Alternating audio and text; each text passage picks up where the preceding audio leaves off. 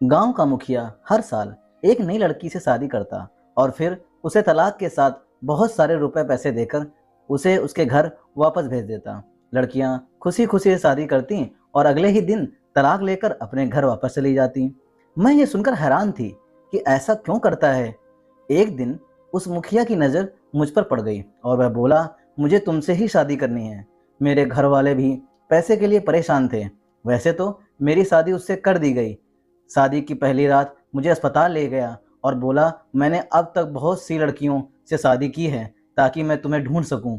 वह लड़की तुम ही हो जो मेरी किस्मत बदल सकती है। इससे पहले कि मैं इस बात का मतलब समझ पाती, मेरी चीख निकल गई, क्योंकि आज फिर से उसी गांव के मुखिया की शादी थी। मेरी दोस्त हिमांशी खास तौर पर मुझे यह सब सुनने आई थी। आते ही कहने लगी, क्या तुम्हें पता है कि गांव का मुखिया फिर से शादी कर रहा है? मैं ये सुनकर हैरान हो गई कि अभी 6 महीने पहले ही तो उसने शादी की थी और अपनी बीवी को तलाक भी दे दिया था। मैं हैरानी से कहा कि क्या वह लड़की गांव के मुखिया से दूसरी शादी के लिए मान गई? मेरे दोस्त हिमांशी पागलों की तरह हंसने लगी और बोली, पागल लड़की, लगता है तुम्हें अभी तक कुछ भी नहीं पता। गांव का मुखिया हर साल एक खास महीने में एक लड़की से शादी करता है और अगले ही दिन उस लड़की को तलाक दे देता है।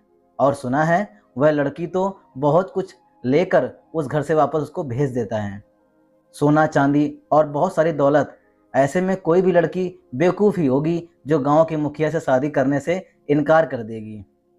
फिर वो चौंक कर कहने लगी, तो कोशिश करना कि गांव के मुखिया की नज़र तुझ पर ना पड़े, वरना हो सकता है कि अगली बीवी तू ही बन जाए, क्योंकि सुना है वह हसीन लड़कियों पर आशिक हो जाता है। मैं उसकी यह बातें सुनकर बहुत डर गई और मैंने कहा कि मैं तो पहले भी घर से बाहर बहुत कम निकलती हूँ, अब तो मैं बिल्कुल भी नहीं निकलूंगी। मैं असल में यहाँ की रहने वाली नहीं थी और अपने माता पिता के साथ 6 महीने पहले ही इस गांव में आई थी। इसलिए इस गांव के रस्मों रिवाज और गांव के मुखिया के बारे में मुझे कुछ भी पता नहीं था। मैं बस उसकी पिछली शादी होते हुए देखी थी। इसलिए हिमांशी से यह सब सुनकर मुझे बहुत हैरानी हुई कि गांव का मुखिया कैसा जालिम इंसान है जो पहली रात के बाद ही बेचारी लड़कियों को तलाक दे देता है। हिमांशी शाम को आ गई और कहने लगी कि चल गांव के मुखिया की शादी देखने चलते हैं, पूरा गांव आया हुआ है। मैं अपनी माँ से इजाज़त लेनी चाहिए और उसके साथ गांव के मुखिया की शादी देखने चली गई। लेकिन उसके किस्से सुनने के बाद मैं बहुत डर गई थी, इसलिए मैंने अपने मुंह को एक दुपट्टे से अच्छी तरह से ढक लिया था।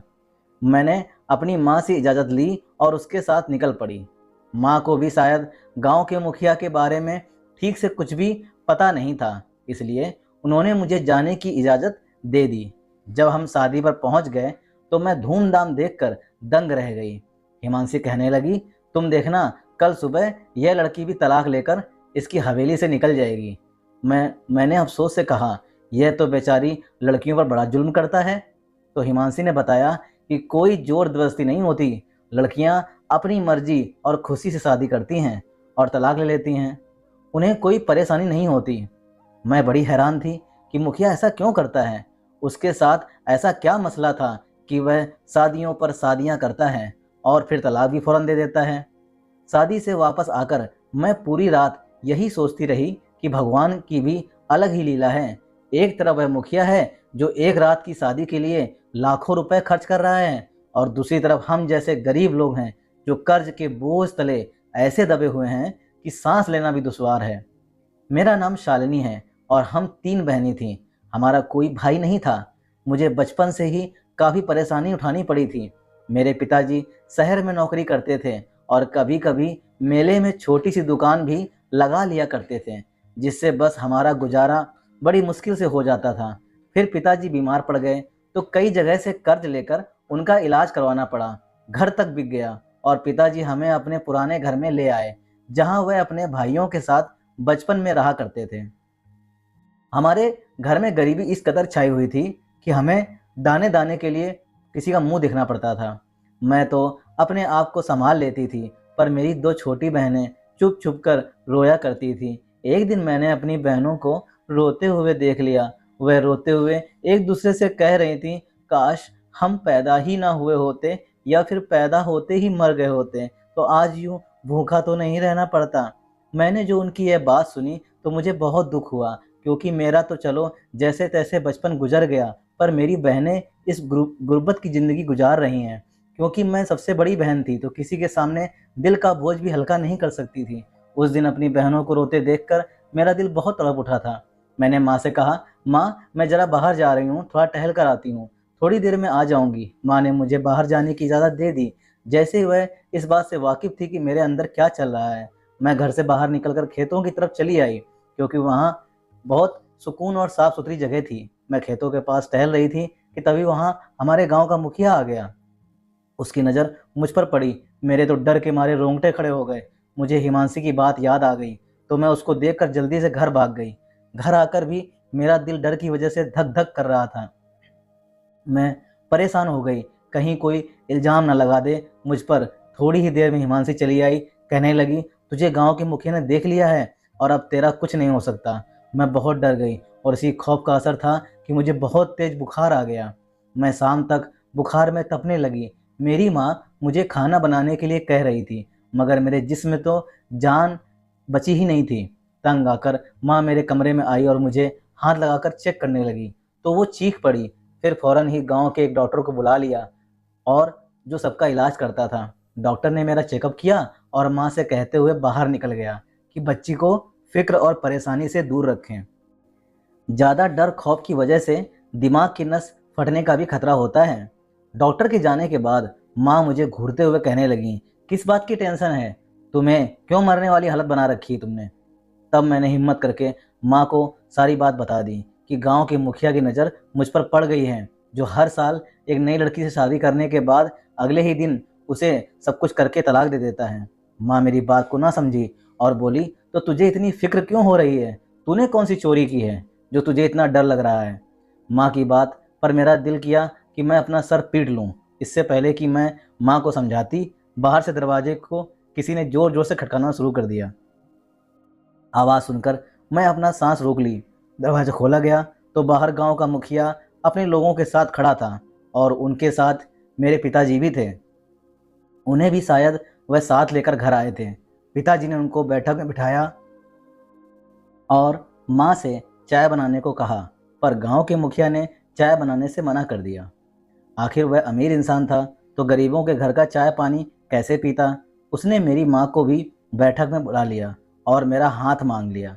जब उसने यह बात की तो माँ तो हक्का बक्का रह गई और उठकर उससे बोली, मुखिया जी, हम गरीब जरूर हैं लेकिन बेगैरत नहीं, जो रुपए पैसे के लिए हम अपनी बेटी का सौदा कर दें। हम अपने कर्ज खुद उतार लेंगे, पर अपनी बेटी को दागदार नहीं करेंगे। मुखिया बात करके चला गया था। अब माँ और पिताजी को फैसला करना था, बेटी की इज्जत या पैसा। मैं जब यह बात अपनी बहन की जुबान सुनी तो आसमान जैसे मेरे ऊपर गिर पड़ा। आखिर वही हुआ जिसका मुझे डर था।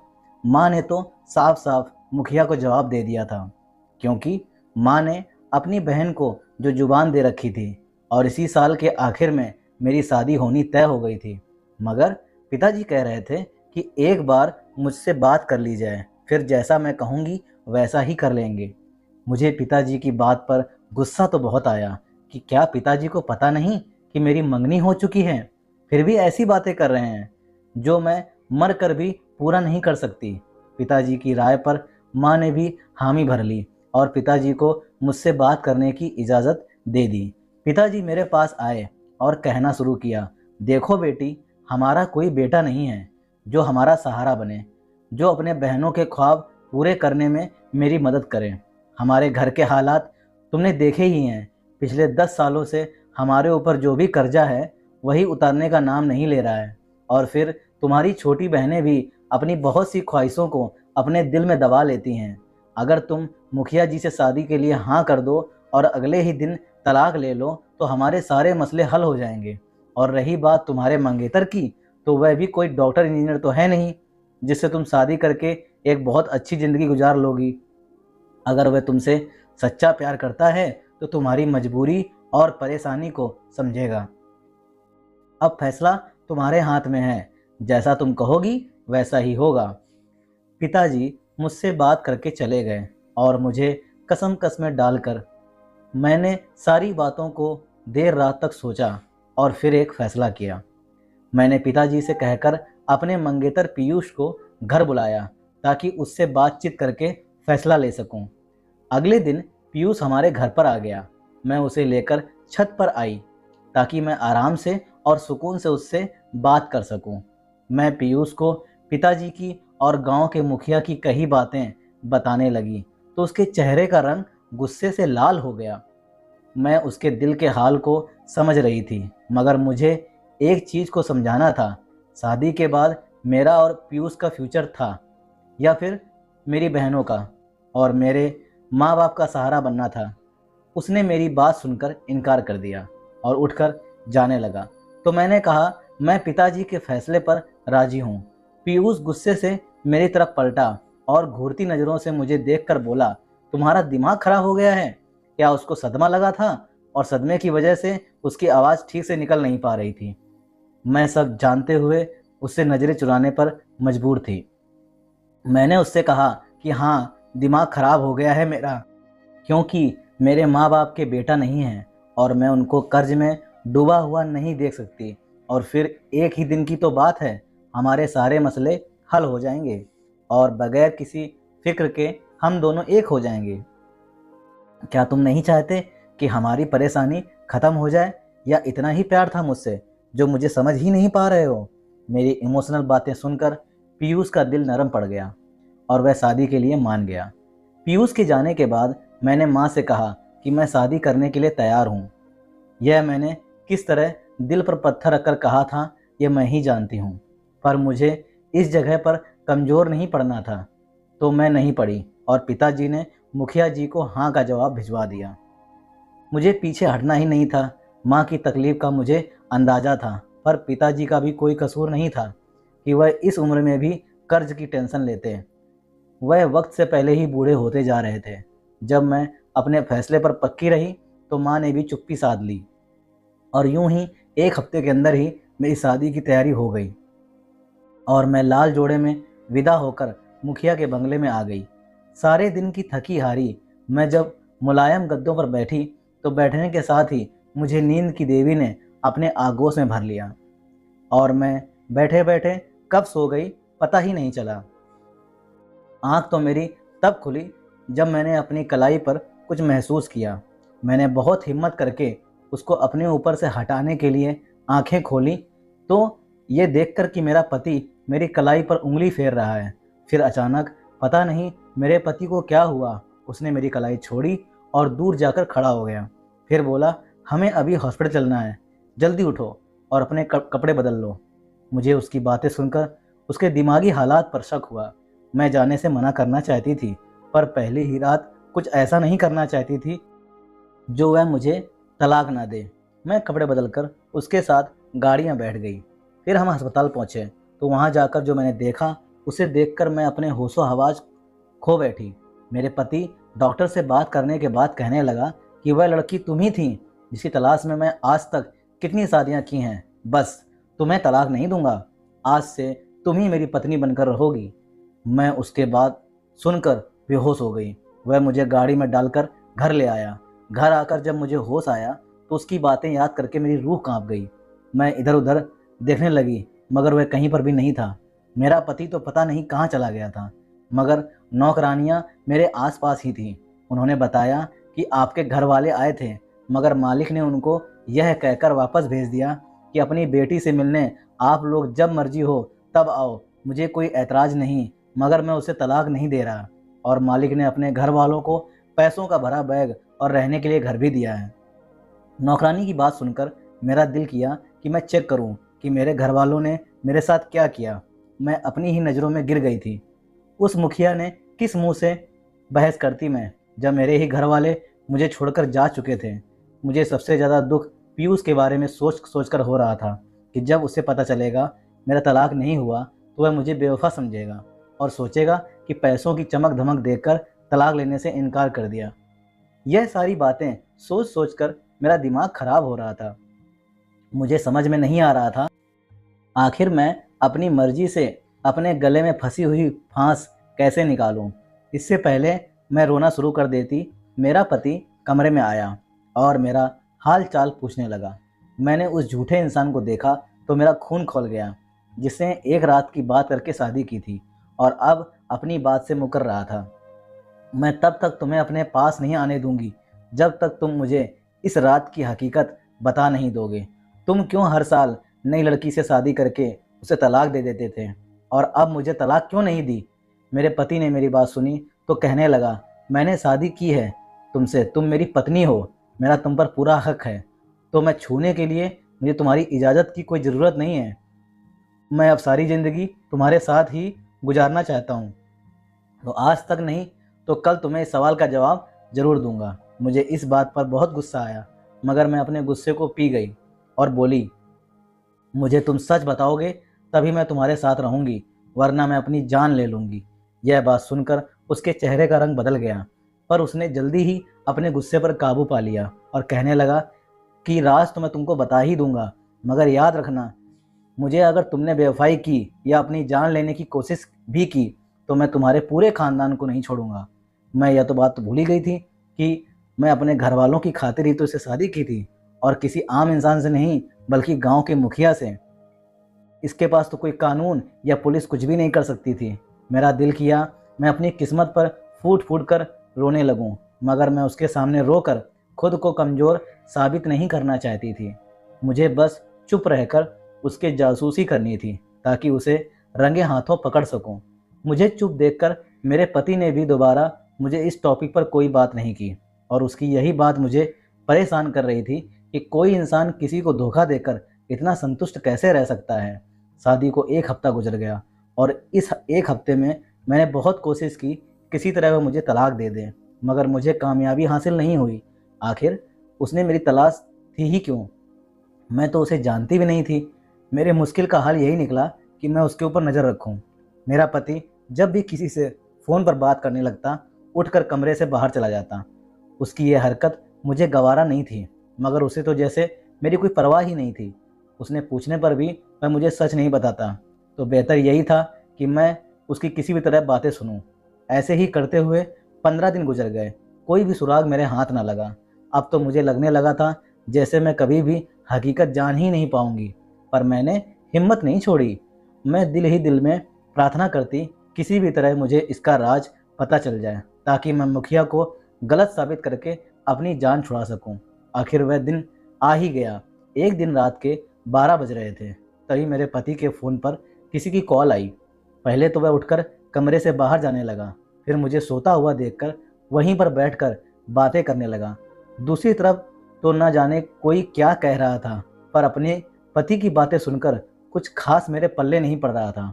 उस वक्त मेरी नींद उड़ गई जब मेरे पति ने कहा, यार किसी भी तरह इस बला से मेरा पीछा छुड़वाओ, वरना कान तो आम कर दो। इसके रोज़ रोज़ की बकबक से मैं तंग आ गया हूँ। मैंने जब इतना सुना तो मेरा दिमाग तेज़ी से काम करने लगा। मैं जान चुकी थी यह कोई लड़की का मामला है। अब तो मसला और भी संगीन हो चुका था। उसकी बातें सुनकर मैंने इरादा कर लिया, किसी भी तरह मुझे उस बेचारी लड़की को इसके चंगुल से आज़ाद करवाना ही होगा, वरना यह जालिम इंसान उसकी जान ले लेगा। अगले दिन जब मेरा पति घर से बाहर निकला तो मैं भी उसके पीछे पीछे घर से बाहर निकल गई। बाहर के नौकर नौकरानियों को मैंने पहले ही अपने साथ मिला लिया था। अब बेफिक्र होकर मैं सब काम कर सकती थी। उसका पीछा करने के लिए मुझे मेरे दिल ने मना भी किया, पर मैं दिल को मजबूत करने लगी और अपने इरादे से नहीं हटी और उसको एक घर में जाता हुआ देखकर मैं वहीं से वापस लौट आई। अब मेरे दिमाग में अलग अलग ख्याल आ रहे थे। मैं उन्हीं ख्यालों में बैठी थी, मेरा पति घर आया। वह फिर किसी से फ़ोन पर बात कर रहा था। मैं उठकर सुनने गई तो वह किसी से कह रहा था, कल फिर उसी जगह आ जाना, तुम्हारा काम हो जाएगा। मैं दिल ही दिल में खुश होने लगी कि चलो इसकी आंख मिचौली के खेल से जान छूटने वाली है कि उससे पहले ही मेरा पति मुझे देख लिया। मैं जल्दी से कमरे में आ गई। मुझे बहुत बेसब्री से कल के दिन का इंतज़ार था। मैं मन ही मन खुश हो रही थी कि आने वाला कल मेरी ज़िंदगी को पूरी तरह से बदल देगा। कल का भी दिन आया तो अपने पति के जाने के बाद मैं भी उसके पीछे ही घर से निकल गई। आज मेरा पति रास्ते में कुछ लोगों से मिला था। अब मुझे टेंशन होने लगी कि कहीं उन लोगों में से ही कोई ना हो जिसकी वजह से मुझे आज़ादी मिलेगी। मुझे ऐसा लग रहा था जैसे मेरे पति को शक हो गया है कि मैं उसका पीछा कर रही हूँ। अभी वह जानबूझकर ऐसी हरकतें कर रहा था ताकि मैं समझ ना सकूं और तंग आकर अपनी हरकत छोड़ दूं। अपनी इस सोच पर मैंने खुद को यह समझाया कि अगर वह जान लेता तो मुझे घर से बाहर निकलने से मना करता, पर मुझे किसी से डरने या किसी की इजाज़त लेने की ज़रूरत नहीं थी। मैं इसी सोच में घूमती रही। जब मेरा पति फिर से उस घर में चला गया और जाकर एक कमरे में बैठ गया, उस कमरे के साथ ही एक और कमरा भी था। मैं जल्दी से उस कमरे में घुस गई और कमरे की खिड़की से दूसरे कमरे में देखने लगी। तभी वहाँ लोग आए और मेरा मंगेतर पीयूष भी आ गया। इन सबको यहाँ देखकर मुझे किसी अनहोनी का एहसास हुआ और मैं डरते डरते चोरी चुपके वहाँ से निकलकर घर आ गई। मैं जितना इस मसले को आसान समझ रही थी, यह उतना ही मुश्किल था और यह दिन पर दिन उलझता ही जा रहा था। मैं परेशान बैठी थी कि मेरा पति घर आया और मुझे उदास बैठे देखकर बोला कि आज तुम्हारे लिए एक सरप्राइज़ है, इसलिए नहाकर अच्छे से तैयार हो जाना, तुम्हें लेकर कहीं बाहर जाना है और मैं तुम्हें आज तुम्हारे सभी सवालों के जवाब वहीं पर दे दूंगा। इतना कहकर वह वहाँ से चला गया और मैं जल्दी से नहाने चली गई ताकि उसके आने से पहले मैं तैयार हो सकूं। नहा धोकर मैं अच्छे से तैयार हो चुकी थी और घर के ग्राउंड में उसका इंतजार करते हुए टहल रही थी। तभी मुझे गाड़ी का हॉर्न सुनाई दिया। मेरा पति आ चुका था और मेरे बारे में पूछकर मुझे पुकारता हुआ ग्राउंड की तरफ ही आ रहा था। उसने मुझे चलने के लिए कहा और मैं चुपचाप जाकर गाड़ी में बैठ गई। मेरा खामोश होना मेरे पति भी नोट कर रहा था। उसने भी कोई बात नहीं की और गाड़ी स्टार्ट कर दी। हमारी गाड़ी गांव की ऊंची नीची छोटी छोटी गलियों में चलती जा रही थी और मैं अपनी ज़िंदगी के बारे में सोचती हुई उदास हो रही थी। गांव में खेत तैयार होकर हरे हरे हो गए थे। देखकर मेरी आंखों से आंसू बहने के लिए तैयार थे। यह वही जगह थी जहां खेल कूद कर मैं बड़ी हुई थी। तभी वह खेत मेरी नज़रों के सामने से गुजरा तो जैसे किसी ने मेरी आंखों में मिर्ची भर दी थी। मुझे उस खेत से नफरत सी महसूस हुई। यही वह जगह थी जहां मेरे पति की नज़र मुझ पर पड़ी थी। काश मैं उस दिन घर से बाहर ही ना निकली होती, मगर अब वह काश वापस नहीं लौट सकता था। पता ही नहीं चला कि कब सफ़र ख़त्म हुआ और हम अपनी मंजिल पर पहुंच गए। होश मुझे तब आया जब गाड़ी रुकी और मेरे पति गाड़ी से बाहर निकलकर मेरी साइड वाला दरवाज़ा खोलकर खड़े हो गए। उसको अपनी तरफ देखा। मैं गाड़ी से नीचे उतर आई और हम दोनों एक दरबार की तरफ जाने लगे। दरबार की बाएं साइड पर बने कच्चे रास्ते से साफ सुथरे घर में मुझे लिए मेरा पति दाखिल हुआ और एक कमरे में जाकर बैठ गया। अभी थोड़ी देर ही गुजरी थी, वहाँ पर एक बाबा जी आए और बोले, हाँ भाई, तुम्हारी तलाश खत्म हुई कि नहीं? तो इस पर मेरा पति कहने लगा, हाँ हो गई बाबा जी, और यह मेरी पत्नी है। इन दोनों की बातें सुनकर मुझे कुछ समझ नहीं आया कि यह दोनों किस तरह की बातें कर रहे हैं। बाबा जी के बैठने के बाद मेरा पति बोला, बाबा जी, मैं आपसे इजाज़त लेने के लिए आया हूँ ताकि मैं अपनी पत्नी को सच बता सकूँ और नई ज़िंदगी की शुरुआत कर सकूँ। अगर आपकी इजाज़त हो तो मैं शुरू करूँ? बाबा जी ने कहा, इजाज़त है, जाओ और अपनी ज़िंदगी जियो। उनकी यह घुमाने वाली बातें सुनकर मेरे माथे पर सिलवटें पड़ने लगीं। यह सब मुझे ढोंग लग रहा था। फिर मेरा पति उठकर खड़ा हुआ और हम वहाँ से इजाज़त लेकर वापस अपने घर आ गए। मेरे पति ने सारे नौकरों को छुट्टी दे दी और सारे दरवाजे खिड़कियों को बंद करने लगा। उसे ऐसा करता देखकर मैं डर गई। डरने की वजह से मेरा रंग पीला पड़ गया था, जिसे देखकर मेरा पति बोला, डरो नहीं, यह बस एहतियात थी ताकि कोई भी इस रात को जान न सके। उसकी बातें सुनकर मेरी सांस में सांस आई। फिर मेरा पति मुझे लेकर बेड पर बैठा और बोला, आज से 10 साल पहले की बात है, जब मैं 20 साल का था। हम खानदानी रईस थे, मगर हमारे किसी रिश्तेदार ने हम पर ऐसा खतरनाक जादू कर दिया कि हमारी दौलत भी ख़त्म होने लगी और मेरी सेहत भी ख़त्म हो गई। एक दिन मैं शिकार खेलने गया हुआ था कि मुझे कोई शिकार न मिला और मैं गुस्से से सारे निशाने खराब करने लगा। मैं अपने उस काम में इतना ज़्यादा बिजी था कि मुझे आसपास का कुछ पता नहीं था। फिर यह बाबा जी कोई जड़ी बूटी लेने जंगल में आए हुए थे। मुझे ऐसा करते देखकर मेरे पास आ गए और बोले, तुम पर जादू है बेटा, और इतना खतरनाक है कि जिस लड़की से भी शादी करोगे वह तुम्हारे जिस्म की ताकत ख़त्म कर देगी और तुम्हारी दौलत, सारी दौलत बर्बाद हो जाएगी। मगर एक तरीका है जिससे यह जादू ख़त्म हो जाएगा। अगर तुम उनको एक दफ़ा देखे बगैर अपनी शादी का हक लिए बिना ही उसे तलाक दे दो, मगर एक बात का ख्याल रखना कि वह लड़की ज़रूरतमंद हो। मैंने कहा, मैं बहुत परेशान हूँ और कहाँ से ऐसे तुम्हें कभी असली वाली शादी कर ही नहीं पाऊँगा। वह बाबा जा चुके थे। फिर जब मैं पहली शादी की तो देखभाल करके एक ज़रूरतमंद लड़की देखी तो अपनी पत्नी को छुए बगैर दौलत देकर उसे तलाक दे दिया। इससे मेरी दौलत में बहुत ज़्यादा बढ़ोतरी हो गई और जादू का जोर भी कुछ कम हो गया। फिर और इसी तरह से दूसरी शादी की, फिर तीसरी, इस तरह करके मैंने 12 शादियाँ की और धीरे धीरे मुझ पर किया गया जादू ख़त्म हो गया। फिर मैंने सोचा, अगर ऐसे ही शादी करके मैं तलाक देता रहूँगा तो मैं अपना वारिस किसे बनाऊँगा और इतनी जायदाद किसके लिए इकट्ठा कर रहा हूँ। फिर मैं उसी जगह पर गया और उन बाबा जी को तलाश करना चाहा। मुझे वह बाबा जी वहाँ पर कहीं नहीं मिले। मैं शादी करके और तलाक दे देकर तंग आ चुका था। अब मैं सुकून की ज़िंदगी चाहता था। मैं जानी बाबा जी को तलाश करने के लिए निकला ताकि मैं उनसे पूछ सकूं कि कब तक मैं तलाक देता रहूँगा और शादियाँ करता रहूँगा। कई महीने गुजरने के बाद जब मुझे बाबा जी के ठिकाने के बारे में पता चला, मैं आनंद ही आनंद वहाँ पहुँच गया। वहाँ पहुँचा तो जैसे बेजान सा होकर ज़मीन पर गिर गया। एक दिन आराम करने के बाद अगले दिन बाबा जी ने मुझे अपने पास बुलाया। मैं बाबा जी से कहा कि बाबा, अब मैं थकने लगा हूँ। मैं कब तक लोगों की बातें सुनता रहूँगा। मुझे बता दो, मुझे और कितनी शादियाँ करनी पड़ेंगी और ताकि मैं एक ही दफ़ा सब करके चैन की ज़िंदगी गुजार सकूँ।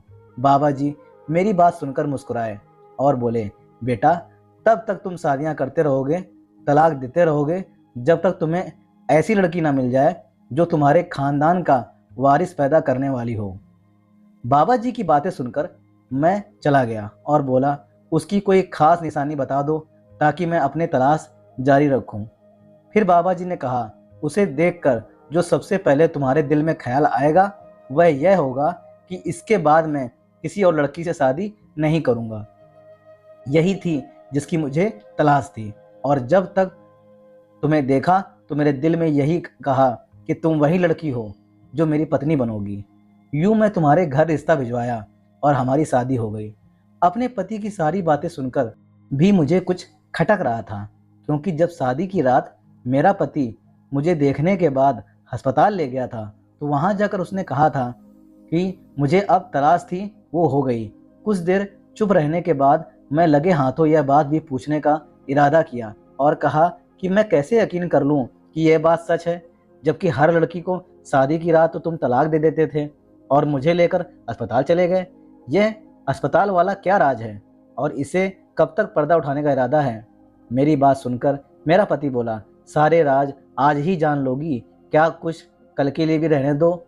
मगर मैंने सोचा, अगर आज यह राज ना बता सका तो शायद कभी मैं इसको बता भी नहीं पाऊंगा, ना ये पूछ पाएगी। इसलिए आज ही पूछने का इरादा कर लिया। मुझे लगता था मेरा पति मेरा चेकअप करवाने के लिए लेकर गया है ताकि वह जान सके कि मैं कंवारी भी हूँ या नहीं। पर यह बात मैं शक के बिना पर इस पर थोप नहीं सकती थी जब तक इसके मुंह से सुन नहीं लेती। मैं मजबूर थी और एक ऐसे इंसान के साथ सारी ज़िंदगी नहीं रह सकती थी जिसको मेरे कैरेक्टर पर पहले ही दिन शक हो जाए। बेशक मैं अपने कजिन को पसंद करती थी और मेरी मंगनी भी हो रखी थी, मगर मैंने और पीयूष ने कभी भी अपनी हदें पार करने की कोशिश नहीं करी थी। फिर कैसे मैं इतनी बड़ी बात बर्दाश्त कर लेती? अगर मैं शरीफ नहीं होती तो क्या मुझे भी अब तक तलाक मिल चुकी होती? यह बातें मेरे सर पर हथौड़े की तरह लग रही थी। एक तरफ मेरा पति था जो शादी की पहली रात मुझे अस्पताल ले गया और दूसरी तरफ मेरा मंगेतर था जिसने अपनी मजबूरी के आगे कुछ नहीं समझा था और शादी के लिए हाँ भी कर दी। यही बातें सोचकर मेरे आंसू बहने लगे। तब मेरे पति ने मेरे आंसू साफ किया और कहा, जानना चाहती हो वह राज क्या था?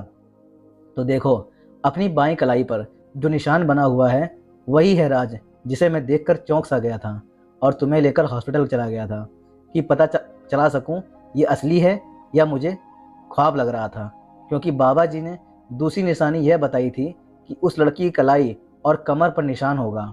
इसलिए तो मैं अस्पताल ले गया ताकि लेडी डॉक्टर देख ले और मुझे पता करना था कि तुम्हारी कमर पर निशान है या नहीं। जब इस डॉक्टर ने बताया कि तुम वही लड़की हो तो मैं खुश हो गया। मेरी शादी ऐसी लड़की से होना मेरे सब्र का फल था, और जिन लड़कियों को मैं तलाक देता था वह सब की सब कुंवारी होती थीं। मैं कभी भी उनके साथ कोई गंदा काम नहीं करता था। सुहाग रात की सेज पर भी मैं उनके साथ गंदा काम नहीं किया था। बस मैं उनकी कलाई को देखा था और उन्हें तलाक दे देता था। अपने पति की बात सुनकर मैं उसकी आंखों में देखा, और वहाँ लिखी सच्चाई देखकर मैंने नई जिंदगी की शुरुआत करने का इरादा कर लिया। फिर मेरा पति बोला, एक बात तुमने पूछी ही नहीं। मैं सवालिया नज़रों से उसकी तरफ देखने लगी। तब मेरा पति बोला, मैं जान चुका था तुम मेरा पीछा कर रही हो, और मैं चाहता था तुम वह सब अपनी आंखों से देख लो, मगर तुम सब देखे बगैर ही वहाँ से वापस आ गई। तुम्हारे मंगेतर पीयूष ने मुझसे रकम ली थी। उसका कहना था कि अगर तुम मुझे पैसे नहीं दोगे तो मैं शालिनी का पीछा कभी नहीं छोड़ूंगा। तुम जिसकी मोहब्बत के दावे करती थी वह तो लालची निकला। मैंने उसे पैसे दिए और उसने तुम्हारी मोहब्बत उन पैसों के आगे मुझे बेच दी। अगर मैं उसे पैसे ना देता तो वह तुम्हें बार बार परेशान करके वापस कराने की धमकी दे रहा था। मैं चाहता तो उसे उसकी बहुत अच्छा जवाब दे सकता था, मगर अपने माँ बाप का इकलौता बेटा समझकर मैंने उसे माफ़ कर दिया। अब यह सब सुनकर मैं अपनी किस्मत पर शुक्र भेजने लगी। मुझे मेरी किस्मत ने बचा लिया था और मुखिया जी जैसे शरीफ इंसान की पत्नी बना दिया। मुझे अपना पति दुनिया के सारे मर्दों से अच्छा लग रहा था, क्योंकि उसने ही मेरे माँ बाप को रहने को अच्छा घर और रुपया पैसा दिया था। उसके साथ अपनी ज़िंदगी गुजारने में कुछ बुराई नहीं थी। वह अपने नसीब पर राजी था और अपने पति के साथ खुश भी थी। कुछ भी दिनों के बाद मेरी दूसरी बहनों की भी अच्छी जगह शादियां हो गईं, और मैं अपने बच्चों और पति के साथ खुशहाल ज़िंदगी गुजार रही थी। रही बात पीयूष की, तो उसे मैं भूल चुकी थी। अब हमारी ज़िंदगी में सुकून ही सुकून था। शायद कुदरत ने हमें ऐसे ही मिलाना था। पर आज उस फैसले पर मैं बहुत खुश थी, क्योंकि उस एक फैसले ने मेरी और मेरे पूरे परिवार की ज़िंदगी बदल दी थी। दोस्तों, उम्मीद करता हूँ आपको हमारी कहानी पसंद आई होगी। कहानी पसंद आए तो वीडियो को लाइक करें, चैनल पर नए हो तो चैनल को सब्सक्राइब जरूर करें। इसी तरह की अच्छी और सच्ची घटनाओं और कहानियों को सुनने के लिए आपके दाहिनी तरफ एक बेल आइकन है, उसको प्रेस कर दीजिए और उसको ऑल पर सेट कर दीजिए, ताकि मेरी सारी की सारी स्टोरीज़ सबसे पहले आपके चैनल पर दिखाई दें। सुनिए और शेयर कीजिए दोस्तों। अगर पसंद आए तो लाइक सब्सक्राइब शेयर करना बिल्कुल ना भूलिएगा। मिलते हैं इस तरह की अच्छी और सच्ची कहानी में। तब तक के दोस्तों, जय हिंद, नमस्कार, खुश रहिए, आबाद रहिए।